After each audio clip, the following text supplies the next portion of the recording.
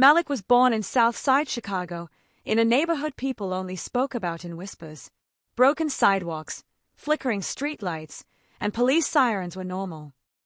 His mother, Tanya, worked double shifts to keep the lights on. His father had left before Malik turned 3. Their apartment was small, always cold in the winter and loud in the summer. But Malik had a mind full of dreams. He would press his face to the window, stare at the sky, and say, "I'm meant for something big."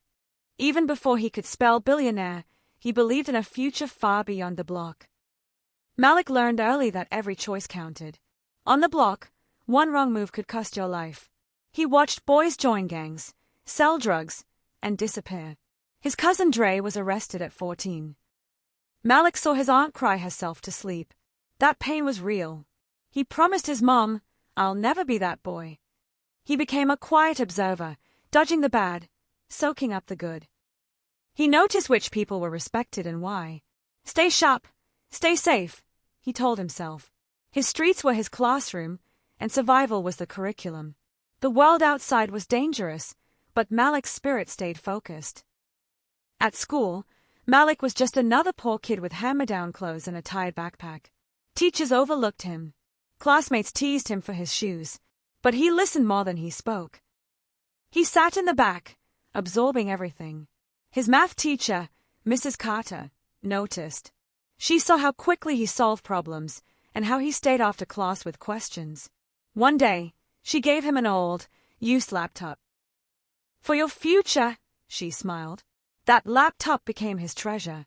Malik explored coding sites, business videos, and educational games. School didn't inspire him, but that laptop opened the world. And Malik was ready. At 12, Malik started selling candy. He borrowed $10 from his mom, bought mix packs, and sold them at school for double. Soon, he recruited 2 friends to help and paid them a cut. He tracked profits in a notebook. He even started pricing based on demand. Gum was cheap, chocolate was premium. Teachers eventually shut it down, but he'd already saved $300. "I'm not just hustling," he told his mom. "I'm learning business." Malik wasn't chasing quick money. He was learning how money moved. Candy taught him about supply, customers, and profit. He was becoming a boss in the making. After school, Malik went straight to the library. It was quiet, warm, and full of stories. He read about black entrepreneurs, tech geniuses, and underdogs who made it. He memorized Steve Jobs' quotes, followed Oprah's biography, and watched YouTube videos about startups. The librarian, Ms. Robbins, noticed his hunger.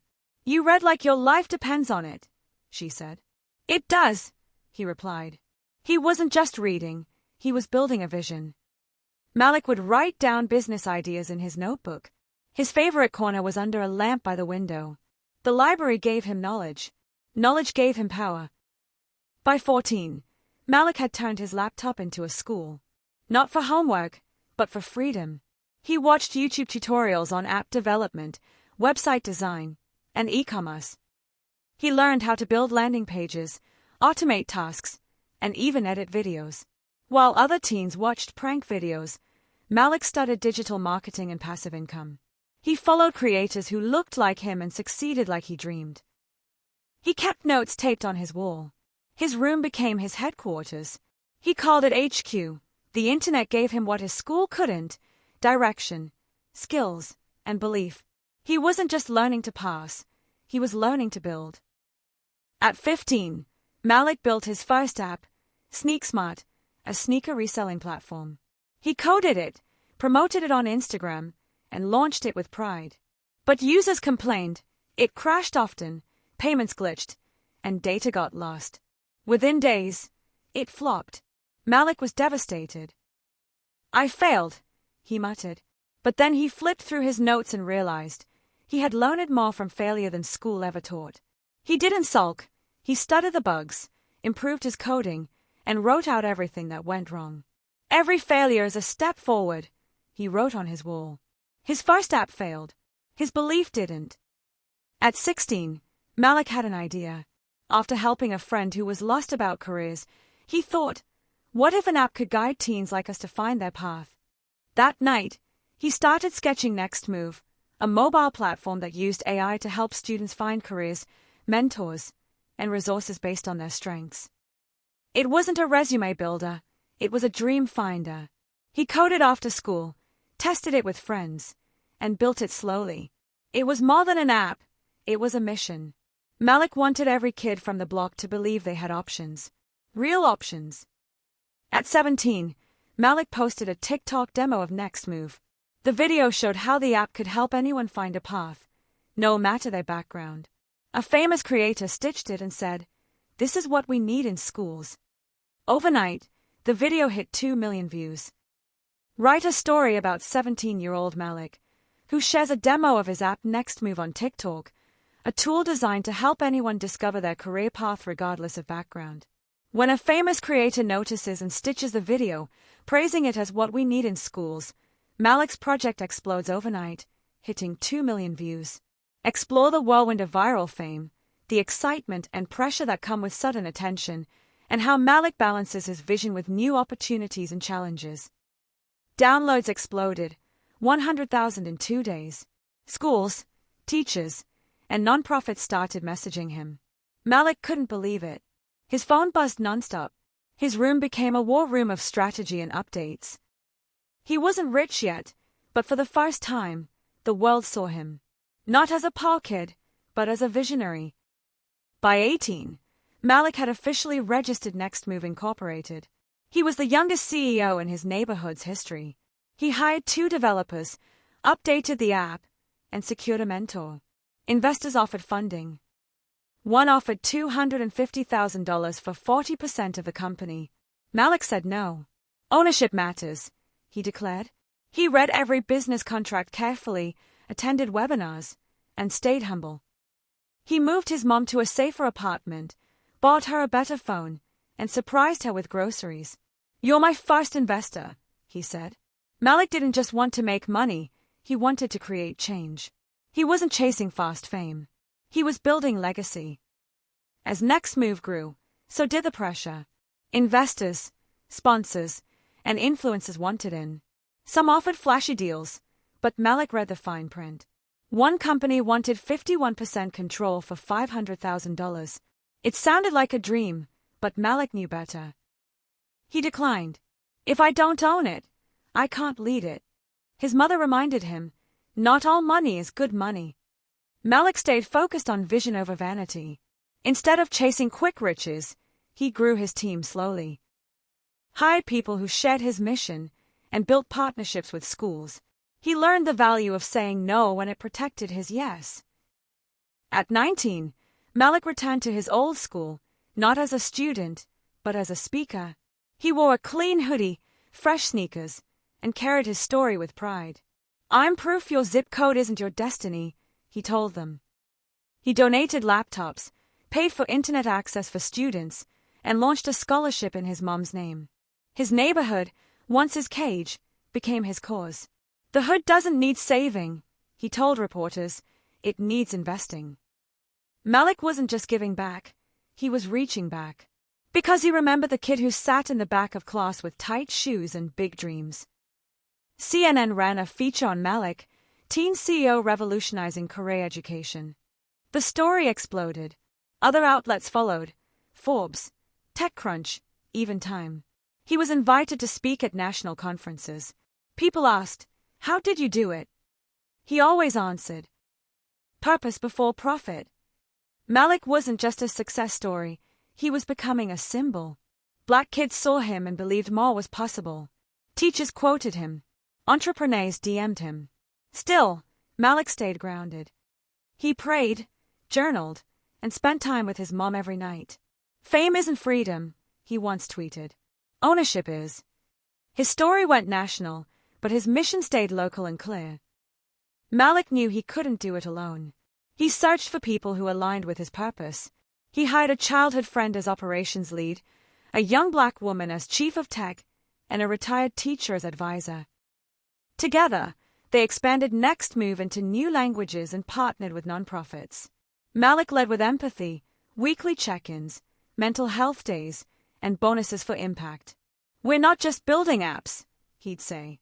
"We're building lives." Every hire mattered. Every decision echoed. His team believed in him because he believed in them. This wasn't a company anymore. It was a movement. One morning, Malik got a call from a major tech firm. They offered to acquire Nextmove for $1.2 billion. Billion. The number bounced in his brain like a dream. His heart raced. His mom cried. But Malik didn't rush. He asked tough questions. Would his mission remain? Would his team stay?